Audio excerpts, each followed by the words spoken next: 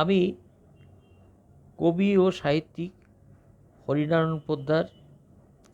আমি এখন ডেঙ্গু প্রকৃতি পরিবেশ নিয়ে আমি এই কবিতাটা পাঠ করছি।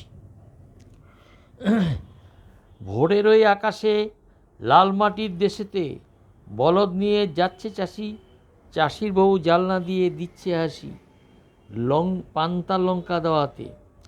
অজয় নদীর বাঁকেতে নদীর ওই চরেতে হল কর্চন করছে চাষা,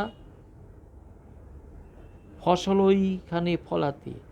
লাল মাটিতে জৈব সার করছে চাষ মানুষের রোগ সারাতে। উচ্ছে আলু পটল মূলো বপন করছে ওই রাঙা মাটিতে।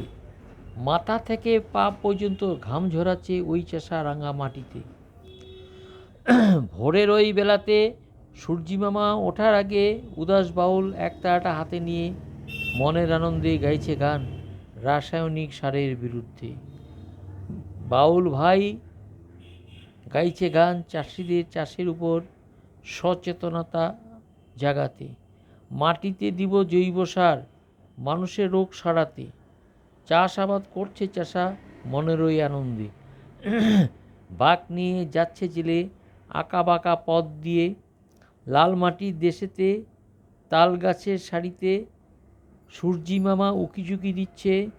জেলে ভাইরা মাছের মিন নিয়ে যাচ্ছে ওই হাঁড়িতে। ওই বিলে ছাড়বে মাছ মনের ওই খুশিতে। পচা লতা পাতা শ্যাওলা পোকামাকড় মশামাছি খাবে মাছ, ছড়াবে না ডেঙ্গু আজ।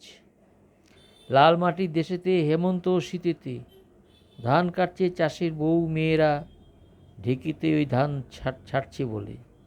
খাওয়াবে মানুষকে ঢেকির চাল সুস্বাস্থ্য হবে বলে। খনন করো পুকুর আজ খনন করো, দূষণমুক্ত জল ছাড়ো নতুন করে মাছ ছাড়ো। পুকুর পাড়ে লাগাও গাছ, প্রকৃতি পরিবেশ বাঁচাও। আবর্জনা নোংরা পরিষ্কার জল জমতে দিবে না। মশা মাছি ডেঙ্গু আর হবে না। ঠিক আছে।